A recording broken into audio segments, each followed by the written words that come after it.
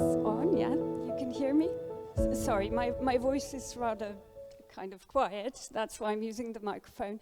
I do regularly guide these meditation, and it is usually on the last Sunday of the month, so this is like perfect timing for me. But I am otherwise, when I'm not working at a small, lovely travel employee-owned company called Canopy and Stars, I do healing work. I am a healer of the Gaia and Eternal Light healing system, which works with the healing energies, the vibration of the earth and the planets and the stars, and the MerKaBa meditation is a part of the system. So I won't go into more details about things because we don't really have time, but I will do a quick introduction into what the MerKaBa field is and what the light body is. Eli has done a little bit of an introduction, and you might remember some of the slides. The one about the light body, we had a slide up there, but never mind. So the one about the light body was a geometrical form of what's called the star tetrahedron. And that is what the light body actually looks like. And it's like two superimposed pyramids, one facing up, one facing down, and it looks like a star.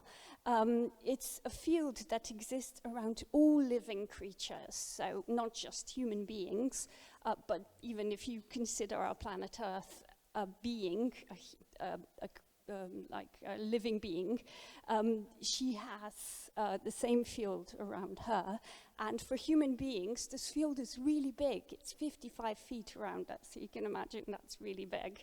We all have it, but it's kind of like forgotten knowledge. And it's like Eli said, that's the esoteric knowledge that's been around for millennia, that's resurging now. So there are different meditations out there. I would very much recommend this book. It's called The Ancient Secrets of the Flower of Life. It has 2 volumes. You might already know it. The author is Drumvalo Melchizedek, but he's kind of the person who I know of who's introduced the knowledge about the light body, how it works, and so on. So basically, this field exists around all of us, but it's dormant, so we're not aware of it, we're not using it. And it's like, it's the capacity of our souls to use immense kind of powers, if you like, through it. And it is a part of our process of becoming enlightened. So it is a step we will all take at some point, reconnect to this field around us and make it spin. It's kind of like, I would say, like turning the light on. At the moment it's off, or it's just slightly flickering maybe for some of us. But once we reach that point when we are truly enlightened, that will flick on and the field will start to spin. And at that point, it's liftoff, so to say, for our souls. And until then, we are working to reach that point. So there are several meditations out there. The one we will do is a really simple one that doesn't work with the sacred geometry in depth as some of the other meditations do. So we'll do something very simple. So what we will do is we will, when we breathe in, we will imagine that we're breathing in different kinds of light. And we will start with the violet light, which is a very purifying, transformative light. And we'll breathe that through all our chakras. I assume most of you are aware of what the chakras are, but they're basically energy centers through which we relate to the world around us energetically. And we will clear these chakras by breathing the violet light through each of them. That's a really important part of the process once you become more aware and more sensitive to energies around you, because we all interact with the world around us and we all take on energies from people we meet, people we work with, people in this crowd, we're taking on each other's energies. We interact energetically on subconscious levels.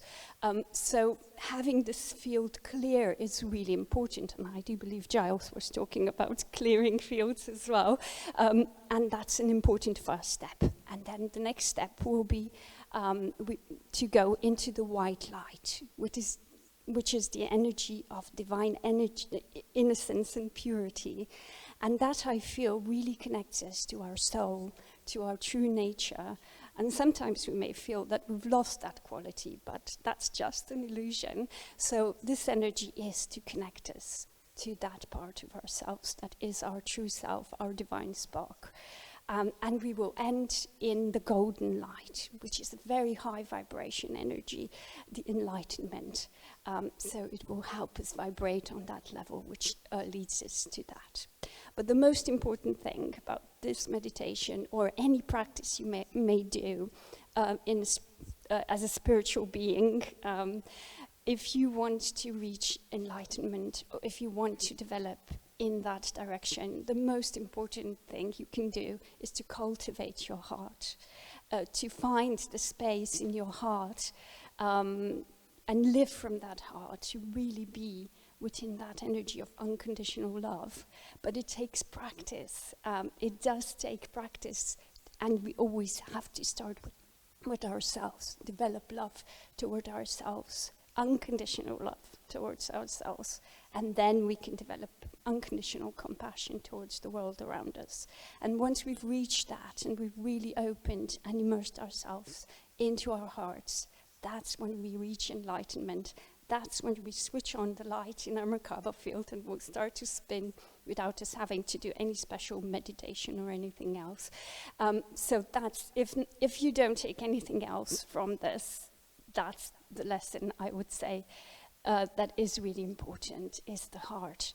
And there is some real science behind this as well. We don't really have time to go into the details of it, but it is measurable that there is a magnetic field around our hearts, and there is a big magnetic field centered in our hearts, and a smaller one.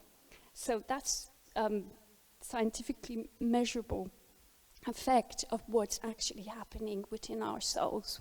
We have this powerful tool in our souls that we are only beginning to use.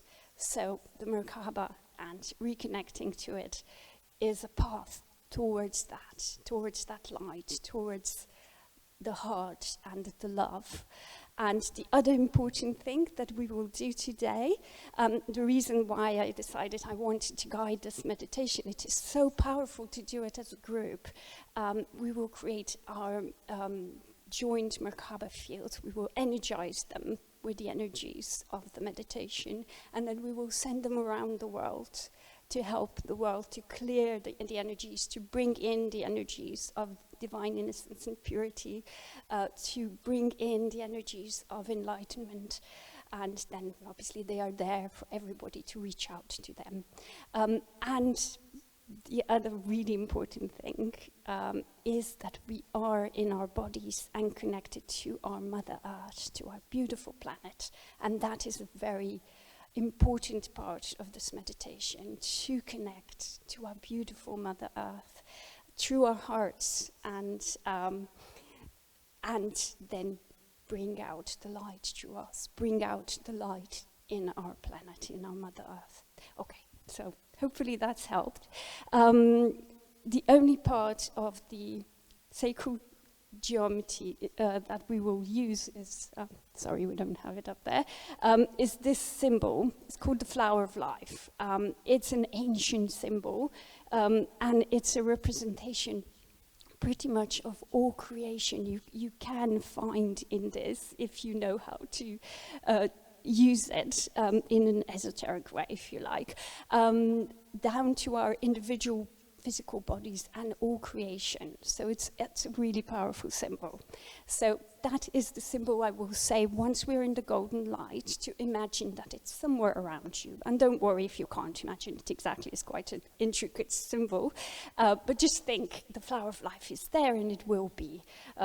I think before said today, intention is very important, and it creates things, especially on subtle levels.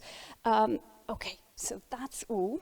And at the end, when we're in the golden light, I will also guide you into the heart, and I'll leave you there for a couple of moments. I think we have enough time to do it. Okay, so